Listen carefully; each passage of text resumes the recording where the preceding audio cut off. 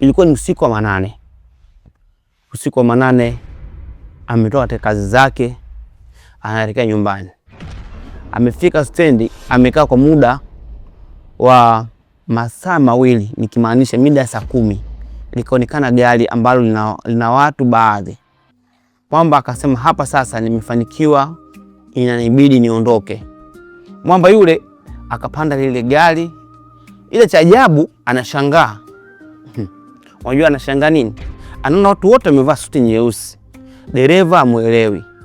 Ametembea, alikuwa anatoka Mbezi Beach ya maeneo ya Boigi anaelekea Makumbusho. Cha ajabu amefika Mwenge. Anaiona Mwenge ile pale, lakini kutoka Lugalo kufika Mwenge ametumia masaa 3.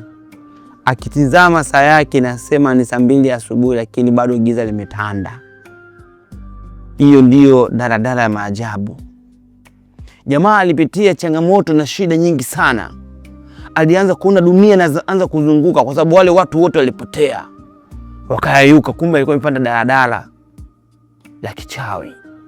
Bwana, ile daladala iliongeza mwendo, kuangalia mbele kwenye dereva kule hamuoni mtu. Akitizama wale abiria walikuwa wamepanda nao hawaoni watu. Mwanangu Mr. Ramso pale alianza kuchanganikiwa na akaanza kujiuliza kwamba anafika vipi nyumbani. Akitizama saa, jinsi sasa inavyosoma, inasoma saa 4 na dakika 35 ambao ni asubuhi, lakini kwa ule wakati ni giza totolo, kwamba usiku hapakuchi. Akaanza kurekebisha saa yake, labda huenda saa yake ndio mbovu. Akaanza kurekebisha, akachukua simu, kila kipiga simu namba zote, kila kipiga namba itoki, kila kipiga namba itoki. Ilikuwa halitete sana.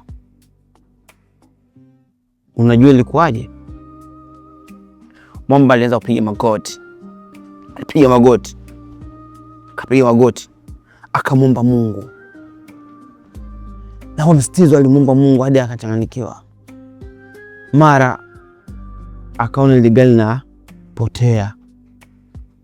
Akajikuta yupo kati ya soko la Mabibo. Bwana, wachawi wanafanya mambo yao. Wachawi wanafanya mambo yao ambayo wewe mwenyewe hauwezi kutegemea.